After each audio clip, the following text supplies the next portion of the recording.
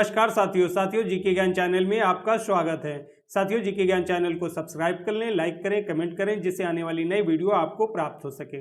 आज का विषय है रिटायरमेंट एज इंक्रीज 2024। रिटायरमेंट आयु में 2 वर्ष की बढ़ोतरी कैबिनेट बैठक में मिली मंजूरी।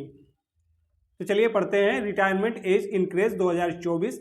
भारत सरकार ने एक बड़ा फैसला लेते हुए केंद्रीय कर्मचारियों की रिटायरमेंट आयु में 2 साल की बढ़ोतरी करने का निर्णय लिया है। इस फैसले से लाखों सरकारी कर्मचारियों को फायदा होगा और वे अब 62 साल की उम्र तक नौकरी कर सकेंगे। ये कदम कर्मचारियों के हित में उठाया गया है ताकि वे और अधिक समय तक सेवा दे सकें और अपने अनुभवों का लाभ देश को दे सकें।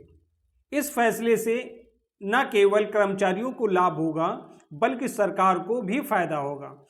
अनुभवी कर्मचारियों को सेवाएं लंबे समय तक मिलने से प्रशासन में सुधार होगा और नए कर्मचारियों की प्रशिक्षित करने का खर्च भी कम होगा। साथ ही पेंशन पर होने वाले खर्च भी कमी आएगी क्योंकि कर्मचारी 2 साल बाद पेंशन लेना शुरू करेंगे। रिटायरमेंट आयु बढ़ाने का फैसला।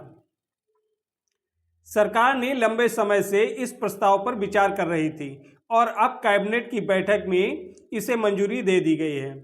इस फैसला 1 अप्रैल 2025 से लागू होगा। इसका मतलब है कि 1 अप्रैल 2025 के बाद रिटायर होने वाले सभी केंद्रीय कर्मचारियों को इसका लाभ मिलेगा।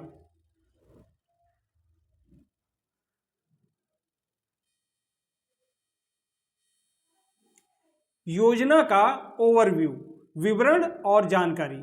योजना का नाम रिटायरमेंट आयु बढ़ोतरी योजना। लागू होने की तिथि 1 अप्रैल 2025। रिटायरमेंट आयु में बढ़ोतरी 2 वर्ष।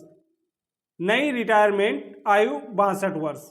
लाभार्थी सभी केंद्रीय सरकारी कर्मचारी।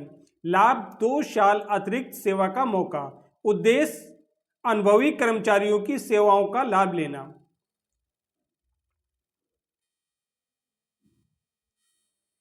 रिटायरमेंट आयु बढ़ाने का कारण। सरकार ने ये फैसला कई कारणों से लिया है। जीवन प्रत्याशा में वृद्धि। पिछले कुछ दशकों में भारतीयों की औसत आयु बढ़ी है।